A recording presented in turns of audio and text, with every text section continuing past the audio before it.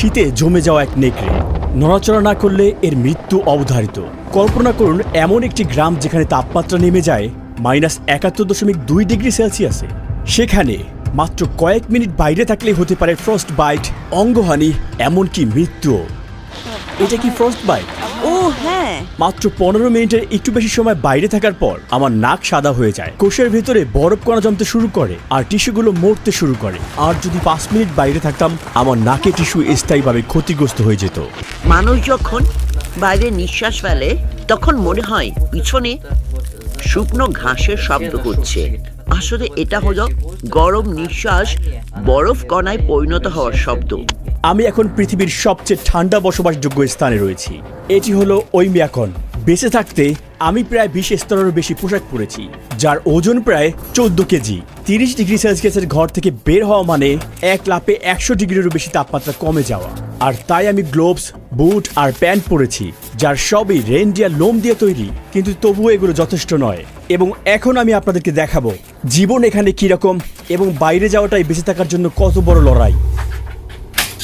বের হওয়ার কয়েক সেকেন্ডের মধ্যেই চোখের পাতায় বরফ জ্বলতে শুরু করে আর ত্বকে জ্বালা অনুভব হয়। পুরো গ্রামটাই যেন পরিত্যক্ত। তীব্র ঠান্ডা আঙ্গুলের ডগা পুড়িয়ে দিয়েছে। ঠান্ডা শুধু মানুষ বা বন্যপ্রাণীকেই প্রভাবিত করে না, এটা সব কিছুকেই থামিয়ে দেয়।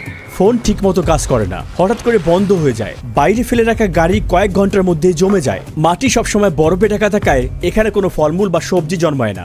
আমরা মস্কো থেকে প্লেনে উঠে 7 ঘন্টা পূর্ব দিকে উড়ে যাই ইয়াকুৎস্কে। সেখান থেকে শুরু হয় 18 ঘন্টার 900 কিলোমিটার দীর্ঘ সড়ক যাত্রা।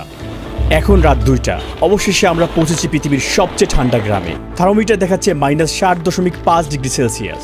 গাড়ি থেকে নামার মুহূর্তে মনে হলো আমরা যেন কোনো ভিন্ন গ্রহে এসে পৌঁছেছি। নাকের লোম পর্যন্ত জমে গিয়েছিল আর তাই প্রতি নিঃশ্বাসে খোঁচা অনুভব হচ্ছিল। শুষ্ক বাতাসে হঠাৎ করে প্রবল কাশি ওঠে, যেন থামছেই না।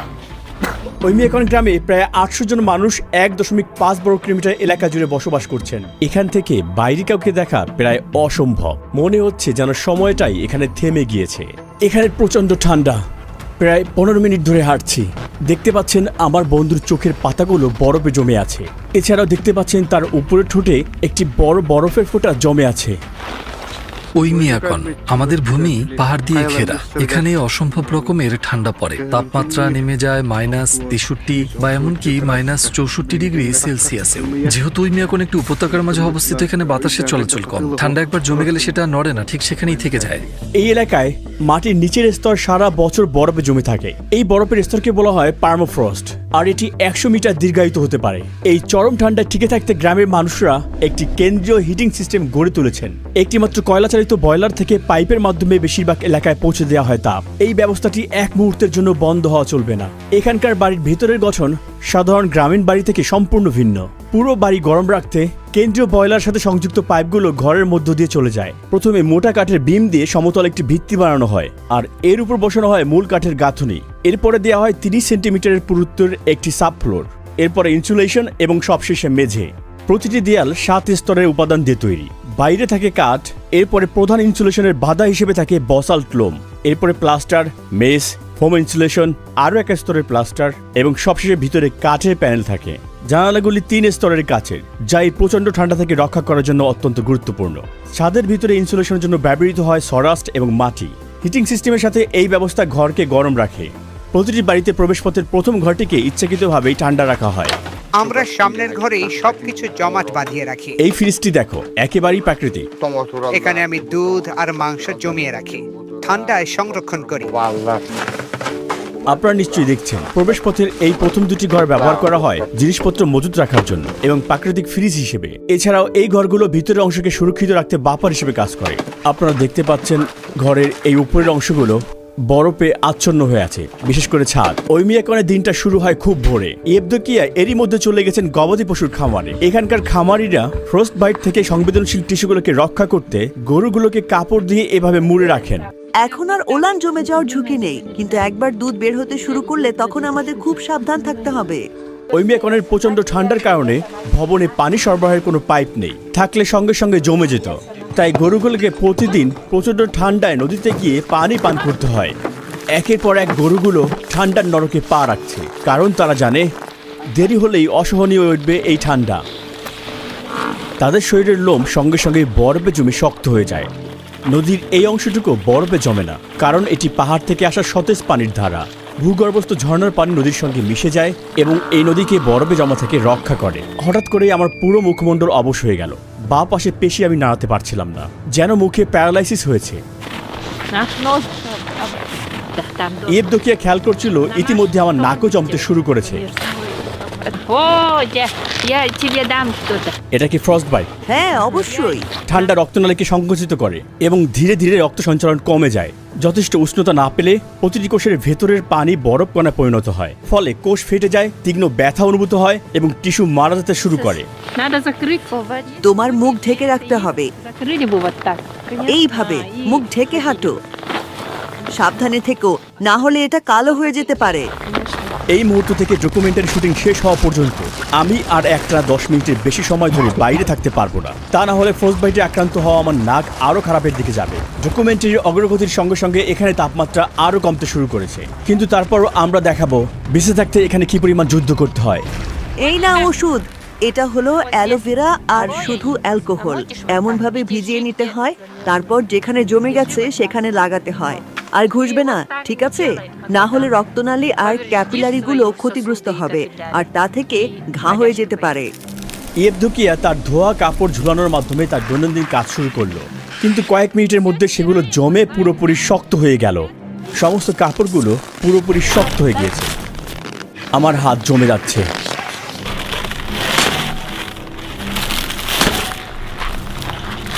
এরপরে সে খামারের দিকে গেল গরু থেকে দুধ সংগ্রহের জন্য।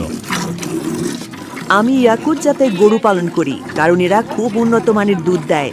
এতে চর্বির পরিমাণ 7 থেকে 8% পর্যন্ত হয়। যেমনটা আপনারা দেখতে পাচ্ছেন, উপরের ছাদে কিছু বরফ এবং তুষার জমে আছে, কিন্তু ভেতরটা বেশ উষ্ণ, আর এই পাশগুলো বরফে জমে আছে। আপনারা দেখতে পাচ্ছেন ছাদ থেকে কিছু বরফের অংশ নিচে পড়েছে, এটা বাতাসের আর্দ্রতার কারণে। এখানের বাতাস ঘাস, গরম দুধ এবং গবাদি পশুর গন্ধে ভরে আছে। আমরা দেখা করব ঘোড়া পালকের সাথে। এখন যাচ্ছি ইয়াকুতি বন্য ঘোড়াগুলোকে তাদের প্রাকৃতিক পরিবেশে দেখার জন্য। মিখাইল, রুহি, এইগুলোই ইয়াকুত ঘোড়া। এখানকার পরিবেশ এতটাই কঠিন যে শুধুমাত্র এরাই নিজেদের মানিয়ে নিতে পেরেছে। আজকের তাপমাত্রা কত? এখানে আজ প্রায় -50°C। বাইরে দীর্ঘ সময় থাকা খুব কষ্টকর। আমরা খোলা জায়গায় বেড়া দিয়ে একটা ব্যবস্থা করেছি। ওরা বেশিরভাগ সময় স্বাধীনভাবে চড়ে বেড়ায়। এই ইয়াকুতি ঘোড়াগুলোর জন্য তাপিত আশ্রয়ের প্রয়োজন হয় না, কারণ এরা দিনরাত -70°C তাপমাত্রা সহ্য করতে পারে। সাধারণ ঘোড়ার চেয়ে এরা আকারে অনেকটাই ছোট, আর যেটা শীতকালে তাদের জন্য একটি ভালো দিক, কারণ ছোট শরীর মানে তাপ কম এলাকা জুড়ে তাদের শরীরে বিকিরণ ঘটায়। এই ঘোড়াগুলোর দেহ দেখতে অনেকটাই ফোলানো, মোটা চর্বির এবং গোলাকৃতি। এটা তাদের ঘন লোমের কারণে, আর তাদের খুরগুলো অনেক উঁচু। এ কারণেই তারা এত ঠান্ডা সত্ত্বেও এই জমাট মাটিতে তারা অনেকক্ষণ দাঁড়িয়ে থাকতে পারে। ওদের আটকানো হয়নি এখানে, শুধু খাবারের জন্য তারা এখানে আছে। তাদের শরীরই হলো খাবার। এটা ঘোড়ার মাংস, এখানকার মানুষ এটা খায়। যেমনটা দেখছেন এতে প্রচুর চর্বি রয়েছে। এটা একটা প্যাকেট, ঘোড়ার মাংসের প্যাকেট। একজন ক্রেতা এই মাংসের জন্য অর্ডার করেছেন এবং এটা এখন তার কাছে পাঠানো হবে। এই ঘাসি স্তূপটি গ্রীষ্মকাল থেকেই এখানে জমিয়ে রাখা হয়। শীতকালে এটাই ঘোড়াদের প্রধান খাবারের উৎস। মিখাইল আমাদের তার ঘোড়ার মাংস এবং কলিজা খাওয়ার প্রস্তাব দিলেন, যা কাঁচা এবং জমা অবস্থায় খাওয়া হয়। কাঁচা ঘোড়ার মাংস, এটি ভিটামিন আর ভালো পুষ্টি উপাদানে ভরপুর। কারণ এখানে আমাদের ফল বা সবজি নেই, তাই আমরা মাংস থেকেই ভিটামিন নিই। খেতে বরফের মতো লাগছে। আমি এটা স্বাদ পাচ্ছি না, কারণ জমে আছে। এটা কলিজা। ওই মিয়াকনে জানুয়ারি মাসে দিনের আলো মাত্র 4.5 ঘন্টা স্থায়ী হয়। এখন বিকেল 3টা আর অন্ধকার নামতে শুরু করেছে, আর আমরা আমাদের দিনের কাজ শেষ করছি। গাড়ি আবিষ্কারের আগে পরিবহনের জন্য ব্যবহার করা হতো ঘোড়া, গরু এবং এইরকম রেইনডিয়ার। এই অঞ্চলে রেইনডিয়ার খুবই গুরুত্বপূর্ণ, শুধুমাত্র তাদের পরিবহনের জন্যই নয়, এদের মাংস, চামড়া এবং দুধের জন্য। গ্রামের কেন্দ্র থেকে প্রায় আধা কিলোমিটার দূরেই শুরু হয় ওই মিয়াকনের জমাট বাঁধা বন। এই গ্রামের অধিকাংশ মানুষের জীবিকা নির্বাহ করে পশুপালনের মাধ্যমে। আইভানের মতো কিছু মানুষের এটাই প্রধান আয়ের উৎস। আমি বনের মানুষ। এই ভূমিগুলোই আমার শিকার ক্ষেত্র, আর এটাই আমার তাঁবু, আমার বাড়ি। সে এখন আগুন জ্বালাচ্ছে, আর আমাদের আগুনটা খুবই দরকার, কারণ এখানে প্রচন্ড ঠান্ডা।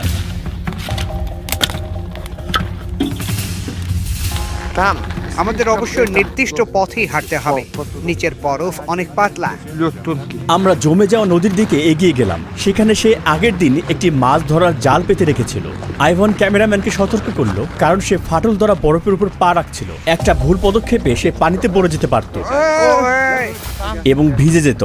শীতকালে যখন তাপমাত্রা ঠিক এমনই থাকতো, তখন আমার বাবা ঘোড়ায় চড়ে বনের মধ্যে ঘুরে বেড়াতেন। সে বরফ ভেঙে পড়ে গিয়েছিল, আর সঙ্গে সঙ্গে তার শরীর জমে যেতে শুরু করে। কাছাকাছি কোথাও কোনো উষ্ণ আশ্রয় নেই, আর কারোর সাহায্য পাওয়ার কোনো সুযোগ নেই। বুঝতে পেরে সে নিজেই সিদ্ধান্ত নিয়েছিল নিজেকে গুলি করা, যেন ধীরে ধীরে কষ্টকর ভাবে মারা যেতে না হয়। দৌড়াও দৌড়াও, ল্যান্সে কিছু পানি ছিটকে পড়েছে। ও খোদা, এটা তো ইতিমধ্যেই জমে গিয়েছে। এই তাপমাত্রায় আমাদের গ্যাজেটস নিয়ে কাজ করতে সত্যি ঝামেলায় পড়েছিলাম। এই জমে যাওয়া লেন্সটি অযোগ্য হয়ে পড়েছে, আর এটাকে এখন ফেলে দিতে হবে। মাছ ধরার জালটি তুলতে সে ছোট্ট একটি বেলচা দিয়ে গর্ত থেকে বরফ সরাচ্ছে। মাছটি বাতাসের সংস্পর্শে আসার পর মাত্র কয়েক সেকেন্ডের মধ্যেই মারা যায়। জলটি ছিল উষ্ণ, কিন্তু এখন পৃষ্ঠে এই মাছটি স্তম্ভিত অবস্থায় আছে, জমে শক্ত হয়ে গিয়েছে। সে হাত দিয়ে ঘষে মাছটিকে গরম করছে, যাতে খুব সহজে সে মাছটিকে কাটতে পারে। সে সাবধানে মাছটিকে কেটে পাতলা পাতলা টুকরো করছে। এটি জমে যাওয়া একটি কাঁচা বন্য মাছ। জমে গেলে মনে হয় যেন তুমি বরফ খাচ্ছ। তোমাদের মাছ খেতে হবে লবণ দিয়ে। শীতকালে মাছ ভিটামিনে ভরপুর থাকে। তাঁবুর ভিতরের অংশটা কিছুটা উষ্ণ, কিন্তু দেখুন এই বাইরের অংশ জমে গিয়েছে। সে এখন আগুন জ্বালাচ্ছে এবং কিছু মাছ প্রকৃতিকে উৎসর্গ করছে। হে প্রকৃতির আত্মা, আমাদের উপহার গ্রহণ করুন, আমাদের সফল স্বীকার করে দিন এবং আপনার ভূমির সমৃদ্ধি আমাদের দান করুন। তার বিশ্বাস অনুযায়ী তাকে শিকারের আত্মাকে সন্তুষ্ট রাখতে হয়, তা না হলে পরের বার শিকারে তাকে খালি হাতে ফিরতে হতে পারে। আমরা এখন বনের গভীরে যাচ্ছি। আইভান বড় কিছু শিকার করতে চায়। দেখে মনে হচ্ছে এখান থেকে কিছু একটা হেঁটে গিয়েছে। পায়ের ছাপ এবং ছোট ছোট প্রস্রাবের দাগও রয়েছে। দেখো, রো হরিণের পায়ের ছাপ। আমরা কাছাকাছি চলে এসেছি। 10 মিনিটের বেশি সময় ধরে বাইরে থাকায় আমার নাক অবশ হতে শুরু করেছে। আমাকে আরও বেশি সাবধানে থাকতে হবে। আমি আমার নাক অনুভব করতে পারছি না। ওই দিক থেকে এটা বনের দিকে দৌড়ে গিয়েছে। ঠিক এখানেই আমি ফাঁদ বসাবো। সে বড় কোনো পশু ধরার আশা করছে। শিকারী জানে পশুটি প্রতিদিন এই একই পথে চলে, তাই সে ফাঁদটি তার পায়ের ছাপের উপর রেখেছে। এবার ফাঁদটিকে বরফ দিয়ে ঢেকে দিচ্ছে। ট্রেসগুলোকে মুছে ফেলতে সে কুকুরের লেজ ব্যবহার করছে। সে কি ধরতে চলেছে এটা দেখতে আমরা 2 দিন পরে এখানে আবার ফিরে আসব। যাওয়ার আগে আইভান গতকালকের ফাঁদটি দেখতে চায়। সে সাবধানে এলাকাটি পর্যবেক্ষণ করছে। এখানে সবকিছু যেন আমার কাছে একটা বইয়ের মতো। যখন বরফ পড়ে আমি পশুদের পায়ের ছাপ দেখে কতগুলো পশু আছে সেটা বুঝে ফেলি। আমি ইতিমধ্যে জানি এই এলাকায় কতগুলো পশু বাস করে। সাকারা হলো তুর্কি জাতি, যারা মধ্য এশিয়া থেকে এসেছে, আর আমি তুরস্ক থেকে। এমন একটি দেশ যার শিকড়ও একই অঞ্চলের সাথে জড়িত। ডকুমেন্টারির বাকি অংশের আগে আমি এই প্রকল্পের স্পন্সরকে ধন্যবাদ জানাতে চাই।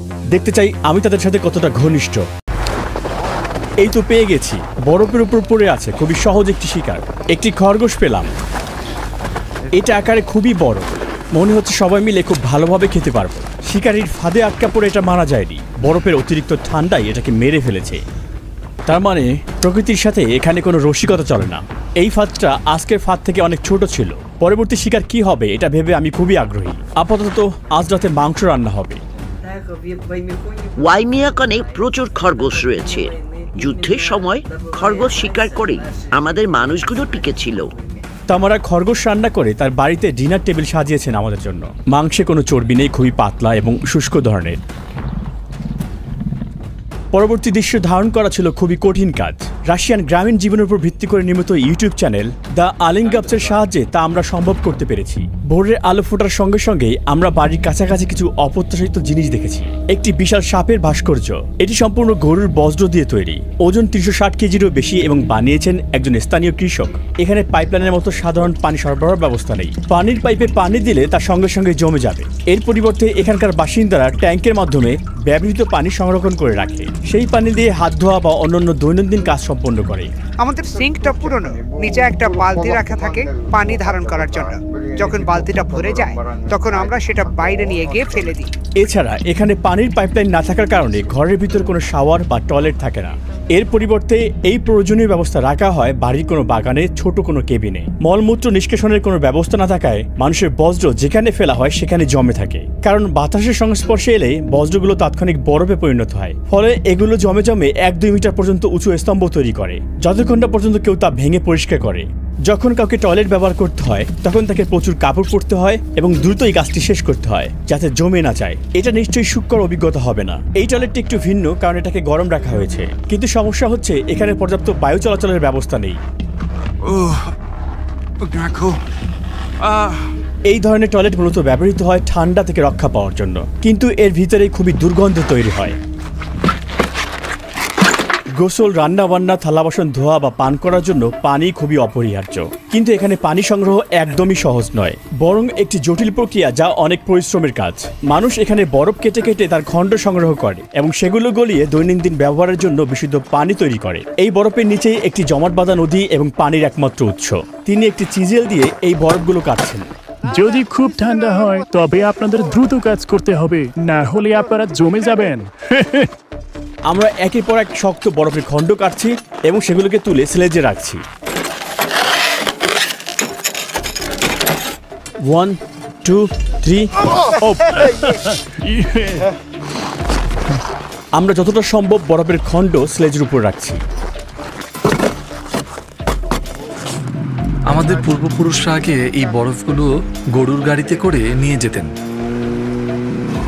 নিকোলে, এগুলো কতদিন চলবে? আমার পরিবার বড়, এই বরফ 2 অথবা 3 সপ্তাহ চলবে। এই বিশাল বরফের খণ্ডগুলো রাখা হয় বাড়ির ভিতরে ঠান্ডা ঘরে অথবা পিছনের উঠানে। তারা এগুলোকে এক ধরনের ড্রামে রাখে, এরপরে গলে গেলে সেই পানি তারা পান করে। আমরা যে বরফের পানি সংগ্রহ করলাম তা শুধু তার নিজের বাড়িতেই ব্যবহৃত হবে না, বরং প্রতিবেশীদের সাথে ভাগ করা হবে যাতে তারাও পরিষ্কার বিশুদ্ধ পানি দিয়ে গোসল করতে পারেন।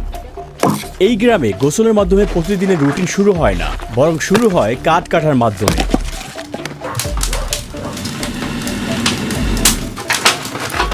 ছেলেটি নিকোলের দেয়া একটি বড় বরফের টুকরো নিচ্ছে এবং সেটাকে ভিতরে নিয়ে আসছে। আমাদের দাদু নানুরা গোসল করেন 2 ঘন্টা ধরে, আমরা সাধারণত 1.5 ঘন্টা থাকি। আচ্ছা, গোসল সম্পন্ন করতে তোমাদের কত সময় লাগে? পুরো প্রক্রিয়াটা সম্পূর্ণ করতে প্রায় 4-5 ঘন্টা লাগে। আমরা সপ্তাহে একবার গোসল করি, শনিবার অথবা রবিবার। পরবর্তী ধাপে তার জমে থাকা শ্যাম্পুকে চুলার পাশে রেখে গলাচ্ছে। তারা লাডেল ব্যবহার করে নিজেদের গায়ে পানি ঢালছে। গোসল শেষে তারা দ্রুতই কাপড় পরছে, কারণ তাদের 60 ডিগ্রি সেলসিয়াস ভেতরের গরম ঘর থেকে -54 ডিগ্রি সেলসিয়াস বাইরের ঠান্ডায় যেতে হবে। পার্থক্যটা 114 ডিগ্রি সেলসিয়াস। সাপ্তাহিক গোসলের আনুষ্ঠানিকতা শেষে পরের দিন শুরু হয় খুব সকালে। এখন সকাল 7:30। শিশুরা জেগে উঠেছে এক হাড় কাঁপানো ঠান্ডা সকালে। বাইরে এখনো অন্ধকার। এই সাধারণ ইনডোর ট্যাঙ্কের মাধ্যমে শিশুরা ঘরের উষ্ণতায় মুখ ধুতে এবং দাঁত ব্রাশ করতে পারছে। তবে অন্য প্রয়োজনে তাদেরকে বাইরে থাকা টয়লেট ব্যবহার করতে হবে। জানা তার মেয়েদেরকে স্কুলের জন্য তৈরি করছে। শিশুরা বাইরে বের হওয়ার আগে অনেক স্তরের পোশাক পরিধান করে। জানা তাদের মুখ এবং নাক ঢেকে দেয় এবং মুখে শক্ত করে পশমি শাল পেঁচিয়ে দেয়, যাতে তারা বাইরে থাকা প্রচণ্ড ঠান্ডা থেকে কিছুটা রক্ষা পায়। এখন তারা বাইরে যাওয়ার জন্য সম্পূর্ণ প্রস্তুত। পায়ে হেঁটে স্কুলের দূরত্ব প্রায় আধা কিলোমিটার। প্রতিদিন সকালে নিকোলে তার মেয়েদেরকে নিয়ে স্কুলে যায়। যতক্ষণ না পর্যন্ত তাপমাত্রা -55 ডিগ্রি সেলসিয়াসের নিচে নামে ততক্ষণ ওই মিয়াকনে স্কুল খোলা থাকে। এর নিচে নামলে বাইরে যাওয়া খুবই বিপজ্জনক হয়ে পড়ে। আজ থার্মোমিটার দেখাচ্ছে -54 ডিগ্রি সেলসিয়াস। বাচ্চারা স্কুলে পৌঁছানোর পরই আইভানের মতো মানুষের জীবন শুরু হয়ে যায় শিকার এবং বেঁচে থাকার লড়াইয়ে। আইভানের এখানে অনেক পশু রয়েছে, এমনকি তার জমে যাওয়া একটি নেকড়েও রয়েছে। আজ ভোরে সে নেকড়েটি ধরেছি প্রায় 2 ঘন্টা আগে। যেই ফাঁদটি আমরা সবাই মিলে বানিয়েছিলাম সেটিতে। এটি মূলত মারা গিয়েছিল ঠান্ডায়, নড়তে পারছিল না। তাই ঠান্ডা আপনি নড়াচড়া করতে না পারলে মরে যাবেন। এটি একটি পুরুষ নেকড়ে। আইভান এই নেকড়েটির চামড়া বিক্রি করবেন এবং মাংস সংগ্রহ করবেন। এটার মাংস দিয়ে সে আরেকটি নতুন ফাঁদ বানাবে আর এবার সে ভাল্লুক শিকার করবে। সে আমাদেরকে তার শিকার সংগ্রহ দেখাচ্ছেন। এগুলো হলো শীত জুড়ে শিকার করা তার শিয়ালের চামড়া। এটা নিশ্চয়ই ছিল একটি পূর্ণবয়স্ক ভাল্লুক। এই ভাল্লুকগুলোকে মেরে ফেলতে হয়েছে কারণ তারা বারবার আমার গবাদি পশুর উপরে আক্রমণ করছিল। প্রতি বছর তারা আমার জমিতে চলে আসে আর প্রতি বছর তাদের সংখ্যা আগের চেয়ে বেশি হয়। ওই মিয়াকনের ঠান্ডা এতটাই তীব্র যে সবচেয়ে শক্তিশালী গাড়িগুলো সঠিক প্রস্তুতি ছাড়া এখানে চলতে পারে না। যদি একটি গাড়ি কয়েক ঘন্টার জন্য বাইরে রেখে দেওয়া হয় এবং ইঞ্জিন বন্ধ থাকে, এটি সম্পূর্ণরূপে জমে যায় এবং ডিফ্রস্ট না করা পর্যন্ত স্টার্ট নেয় না। আপনি কিভাবে আপনার গাড়িটি আবার সচল করবেন? আমরা জেট হিটার ব্যবহার করব। আমরা নিশ্চিত না যে এটা এরপর আর চালু হবে কিনা। প্রতিটি অংশ জমে পাথরের মতো শক্ত হয়ে গিয়েছে, মেটাল, জ্বালানি তেল, এমনকি ব্যাটারিও। তারা গাড়ির উপর জমে থাকা পুরো বরফ ঝেড়ে ফেলতে শুরু করলো। টায়ারটা পাথরের মতো শক্ত হয়ে গিয়েছে। তখন বাইরে তাপমাত্রা ছিল -56°C। ফুটো হওয়ার কারণে টায়ার থেকে বাতাস বের হয়নি, বরং প্রচন্ড ঠান্ডায় টায়ারের ভিতরের বাতাসের অণুগুলো সংকুচিত হয়ে যাওয়ার কারণে এমনটা হয়েছে। গাড়িটিকে গরম করতে তারা এখন গাড়িতে এটি লাগাবে। আমরা চেষ্টা করি যতটা সম্ভব ভালোভাবে ঢেকে রাখতে, যাতে গরম বাতাস বাইরে না চলে যায় বরং ভেতরে থাকে।